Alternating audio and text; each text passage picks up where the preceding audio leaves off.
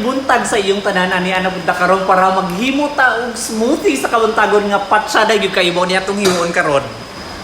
Yes, mauni ang atong ingredients karon. Ang atong ingredients are the following: natay mango, naatay kiwi, naatay kanang grapes, naputay kanang jackfruit or langka, nya naputay kanang butterscotch nga ice cream unya dayon fresh milk. Ato na siyang i-mix siya og isa diha siya tanan, okay?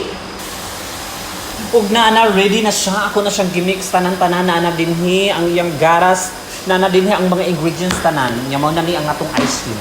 Atong pagkabuhatan karon na ato na pud siyang gamitan sa atong mahiwagang Nutri-Bullet na 600 series.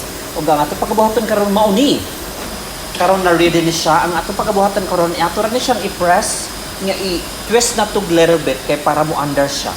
Mao kini ang pagpa-under ani ta. O diba bongga kaayo. Kinahanglan mong palit na mong ginani kay para bongga na mo yung ani na patsara gid siya kaayo. Unya ako siyang ihunong, i-press na pod, ibalik na pod igani. Unya na ra siya ihunong nimo, i-twist nimo, i-press ana, nya i-press, ibalik ana. Nya ana ra na siya pagali, patsara kayo. Dali ra kayo na sa mga uang, dali ra kayo na sa mga patsara na dahil sa mga dahil na smoothie. Thank you and good evening.